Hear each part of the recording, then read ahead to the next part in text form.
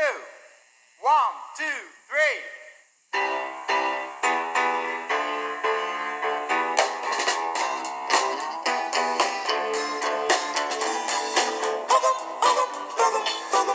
Now, baby, you're casting your spell on me.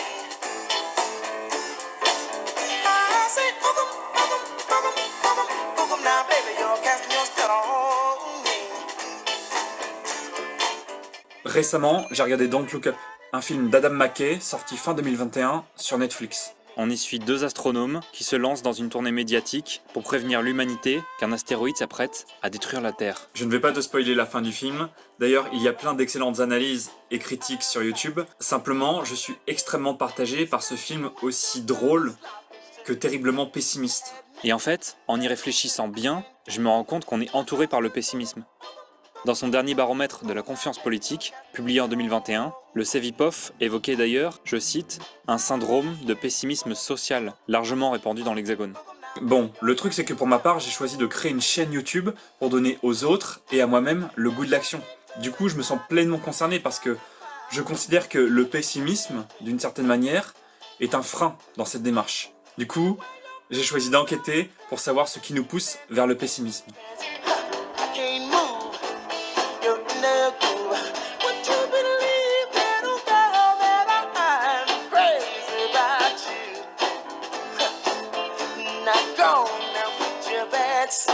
Dans une étude publiée en 1988, des chercheurs de l'université d'Ohio, aux États-Unis, ont mesuré l'activité cérébrale de 33 étudiants pendant qu'ils leur faisaient visionner une série d'images.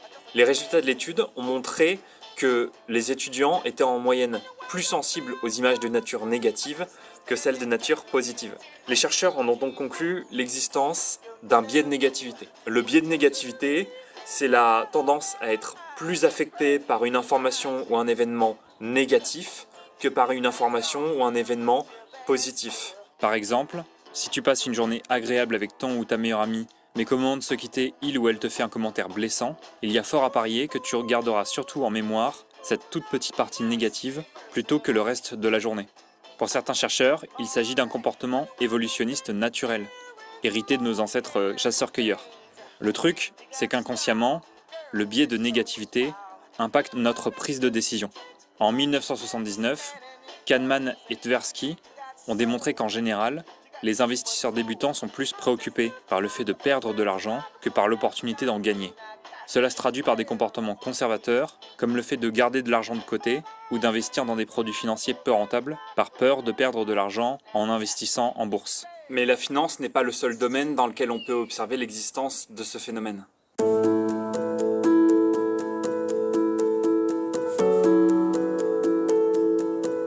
L'expression village global a été inventée par Marshall McLuhan, philosophe canadien du XXe siècle, pour désigner l'impact de la mondialisation sur l'accès à l'information, comme si l'humanité tout entière vivait dans le même village. Pour lui, le média est le message, c'est-à-dire que c'est davantage le canal de transmission de l'information que l'information elle-même qui affecte le grand public.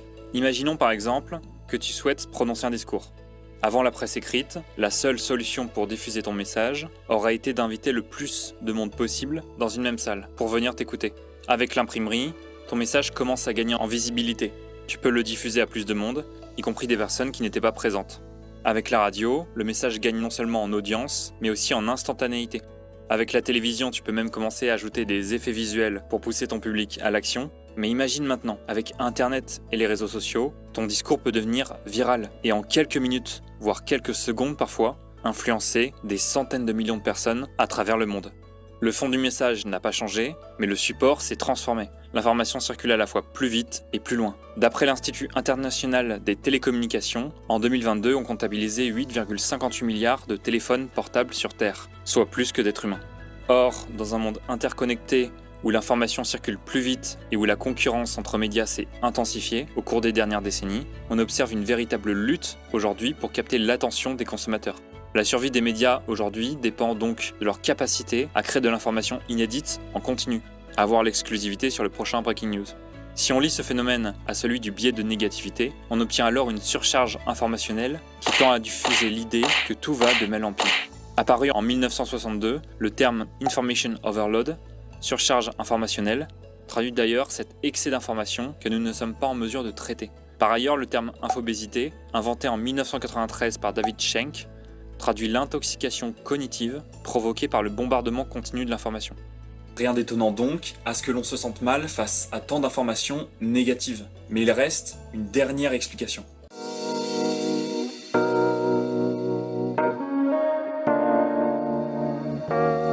Est-ce que tu savais que tes idées politiques pourraient avoir un impact sur ton niveau de bonheur? En tout cas, c'est la conclusion de 2 études menées aux États-Unis en 2008 et 2012. Après avoir mené plusieurs dizaines d'entretiens avec des responsables locaux, issus des 2 principaux partis politiques américains, les chercheurs ont découvert que les responsables issus de la droite américaine étaient en moyenne plus heureux que leurs homologues de gauche.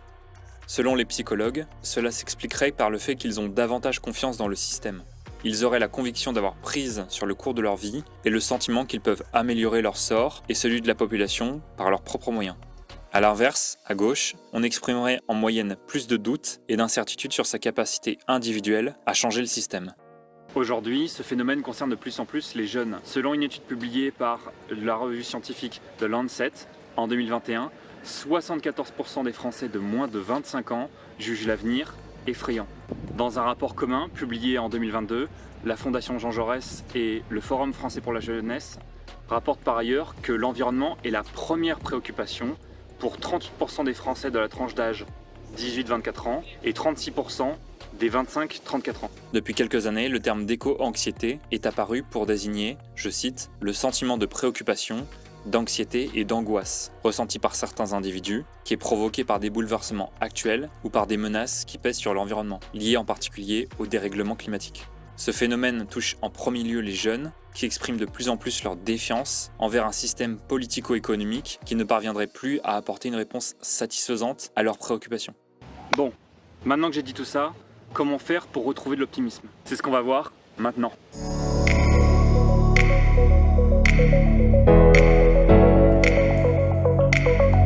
Si tu considères aujourd'hui que tout est foutu, j'aimerais te parler de la courbe du deuil. La courbe du quoi? La courbe du deuil, également appelée modèle de Kubler-Ross, du nom de la psychiatre suisse qui l'a inventé, décrit à l'origine les différentes émotions ressenties par les patients en phase terminale d'une maladie. Ouais, c'est toujours hyper fun tes vidéos Baptiste, hein? Les 5 stades de la courbe du deuil sont les suivants. Le déni, la colère, le marchandage, la dépression et l'acceptation. Si l'on reprend le cas de l'éco-anxiété, la première étape sur le graphique ci-dessus est celle du déni de l'état de la situation. Ensuite viendrait la colère. Pourquoi ça m'arrive? Qu'est-ce que j'ai fait pour mériter ça? Puis le marchandage. L'industrie a la capacité et les ressources pour aider tout le monde à lutter contre les émissions carbone. La dépression. C'est foutu, à quoi bon? Et enfin, l'acceptation. Et là, tu as 2 chemins possibles. Considérer qu'il n'y a plus rien à faire et attendre que la fin du monde arrive, ou bien accepter la réalité de la situation et tenter d'inverser le cours des choses. Bon, je te laisse faire ton choix, mais je pense que tu as compris ce que je te recommande. Ok Baptiste, t'es gentil, mais maintenant que j'ai ouvert les yeux, je fais quoi? En réalité, il y a autant de manières d'agir que d'individus. Le meilleur conseil, c'est donc bien souvent celui que l'on est prêt à s'appliquer à soi-même. Permets-moi donc simplement de te donner 3 pistes d'action. Premièrement, choisis ton environnement. De nombreuses études en psychologie sociale ont souligné le rôle de l'entourage sur les choix et les pensées de l'individu. En l'occurrence, si tu es entouré de personnes qui ont une vision négative, il est fort probable que cela impacte également ton comportement, surtout avec le biais de négativité. Tu pourrais donc commencer à t'entourer de personnes positives qui te soutiendront dans ta démarche, mais aussi noter dans un carnet les choses positives et négatives qui te sont arrivées dans la journée. C'est ce que je faisais à une autre période de ma vie, et ça m'a énormément aidé à relativiser mes problèmes. Car comme le disait Sénèque, nous souffrons de l'imagination plus que de la réalité. Deuxièmement, concentre-toi sur ce qui dépend de toi. Dans les années 1960, le psychologue américain Julian Rother a introduit le concept de locus de contrôle pour désigner la manière dont l'individu perçoit les causes de ses échecs et succès. Selon lui, l'individu attribue ce qui lui arrive soit à lui-même, auquel cas on parle de locus interne, soit au monde extérieur. On parle alors de locus externe. Donc essaye de te concentrer sur les choses qui dépendent de toi, celles où tu as un locus interne, et laisse dans un premier temps de côté les actions qui font intervenir un locus externe. Par exemple, s'il pleut au moment où tu avais prévu de sortir, tu n'as certes pas de contrôle sur la météo, mais tu peux t'adapter à la situation et prendre un manteau ou un parapluie. T'es mignon Baptiste, mais du coup, on laisse tomber le climat? Et non, justement. J'en viens à mon 3e conseil. Aujourd'hui, nous faisons face à des problèmes d'envergure globale qui ne peuvent être résolus à la seule échelle individuelle. Mon troisième conseil, ce serait donc de trouver la cause qui te tient le plus à cœur et de t'associer avec des personnes qui partagent cette cause. Pourquoi ? D'une part, car le fait de définir un objectif commun va permettre de donner du sens à ta vie.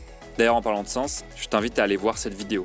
Et puis ensuite, le fait de t'associer à des personnes qui partagent tes valeurs va te donner de la force et une motivation supplémentaire.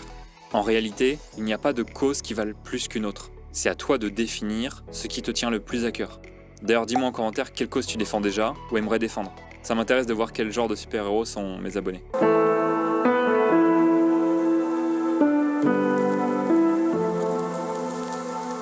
Voilà, c'est tout pour moi. Comme chaque fois, si tu souhaites aller plus loin, tu trouveras le lien vers les différentes études citées en description. Je t'invite également à lire ce livre dont je me suis inspiré pour certains passages de la vidéo. En tout cas, tu l'auras compris, pour moi cette chaîne YouTube c'est un peu ma manière de tenter d'avoir un impact sur le monde qui m'entoure. Pour l'instant ça reste très modeste certes, mais j'ai bon espoir qu'avec le temps, on soit de plus en plus nombreux à se motiver, et puis entre nous ça ferait des pique-niques plutôt stylés. J'espère que tu as apprécié la vidéo, si c'est le cas n'oublie pas de mettre un like et de t'abonner, ça me fait toujours super plaisir. Dans tous les cas, on se retrouve très bientôt, et d'ici là je te souhaite une très bonne journée.